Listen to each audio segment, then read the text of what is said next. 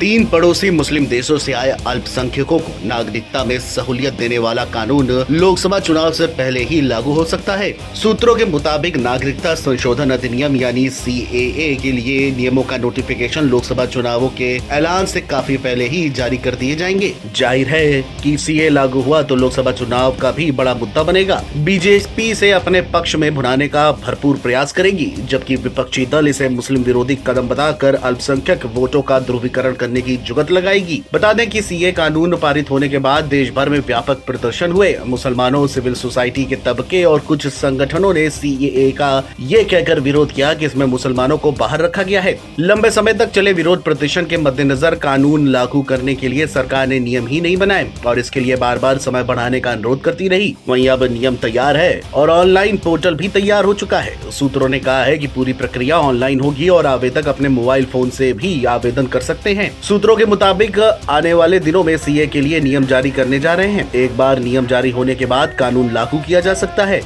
और जो पात्र हैं उन्हें भारतीय नागरिकता प्रदान की जा सकती है। लोकसभा चुनावों की घोषणा से पहले अधिसूचित किए जाने को लेकर के सूत्रों की तरफ से कहा गया कि सब कुछ तैयार है और हाँ, उन्हें चुनाव से पहले लागू किए जाने की संभावना है। आवेदकों को बिना यात्रा दस्तावेजों के भारत में प्रवेश करने का वर्ष घोषित करना होगा। आवेदकों से कोई दस्तावेज नहीं मांगा जाएगा। 2014 के बाद आवेदन करने वाले आवेदकों के अनुरोधों को नए नियमों के अनुसार बदला जाएगा। सरकार अब तक CAA के तहत नियम बनाने की तारीख को 8 बार तक बढ़ा चुकी है। एक अधिकारी ने ये बताया कि पिछले 2 सालों में 9 राज्यों के 30 से अधिक जिलाधिकारियों और गृह सचिवों को 1955 के नागरिकता अधिनियम के तहत अफगानिस्तान, बांग्लादेश और पाकिस्तान से आने वाले हिंदू, सिख, बौद्ध, जैन और पारसी ईसाइयों को भारतीय नागरिकता देने का अधिकार दिया गया है। CAA को लागू करने में इतनी देरी के कई कारण भी बताए जा रहे हैं।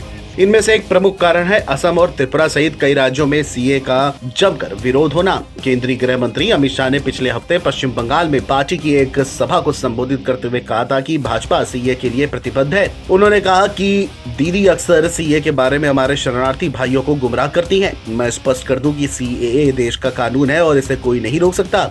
सभी को नागरिकता मिलेगी, ये हमारी पार्टी की प्रतिबद्धता है। बताते चले कि CAA को दिसंबर 2019 में ही संसद ने मंजूरी दे दी थी। इसे लोकसभा ने 9 दिसंबर 2019 को और राज्यसभा ने 2 दिन बाद पारित किया था, जबकि इस पर 12 दिसंबर को राष्ट्रपति का दस्तखत हो गया था। CAA पाकिस्तान, अफगानिस्तान और बांग्लादेश में धार्मिक उत्पीड़न के कारण भारत आने वाले हिंदू, सिख, बौद्ध, जैन, पारसी और ईसाइयों को तेजी से भारतीय नागरिकता देने का एक प्रावधान करता है। बहरहाल देखना ये होगा कि लोकसभा चुनाव से पहले यदि CAA लागू होता है तो इसका देशव्यापी असर क्या होगा। Video desk NBT online.